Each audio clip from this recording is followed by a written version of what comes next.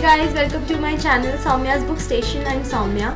If you like my videos, please like and share them and subscribe to my channel. So in today's video, I'm going to talk about a book that I recently read.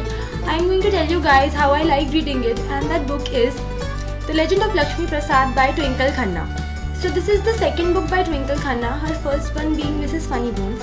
I picked this book up because I thought the title sounded really interesting, and at first I was under the impression that this is one single novel, that is, The Legend of Lakshmi Prasad is going to be the entire story, but no, as it turns out it is a collection of 4 stories, The Legend of Lakshmi Prasad being the first one of the 4.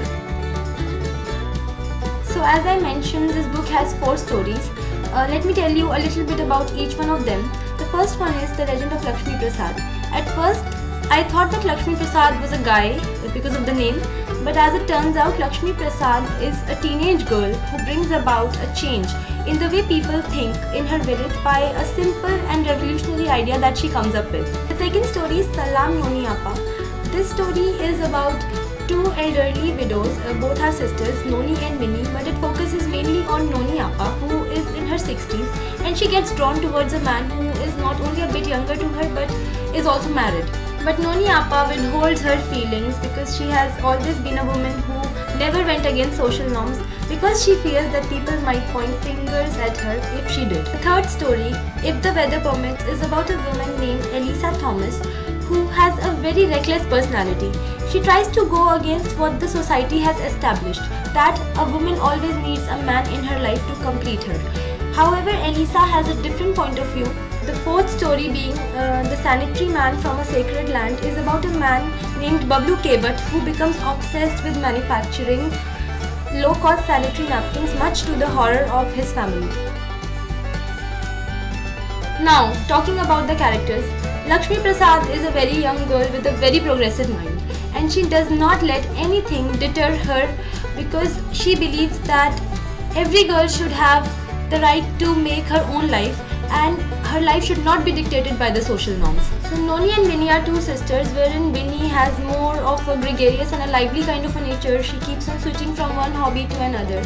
And Noni has a more reserved kind of a nature, wherein her daughter lives away from her and her husband has passed away, so she is always lonely. So I guess that is the reason why she gets drawn to a man who is not only younger but is also married, because he kind of fills the gap that is there in her life. Elisa Thomas's character is in sharp contrast to that of Noni Appa, where Noni Appa was a woman who always feared the society and she always followed the social norms. Elisa Thomas is a woman who believes in going against the tide. She is somebody who does not believe in following the diktats of the society. Lastly, there is Bablu Kevat, a man with steely determination who comes up with an idea which is not only unusual but brilliant at the same time. But because of the way our society functions, everybody around him gets shocked and terrified, especially his family members who eventually abandon him. But he carries on and does not let his belief get shaken. The writing style and the execution of this book was really simple and charming according to me. This book has a clear theme of feminism.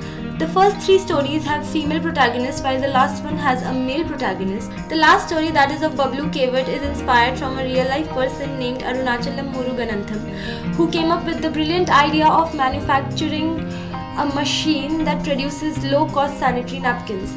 What I liked about this book is that each and every story has a very clear message, and also this book made me sad, this book made me happy, and it amused me at times.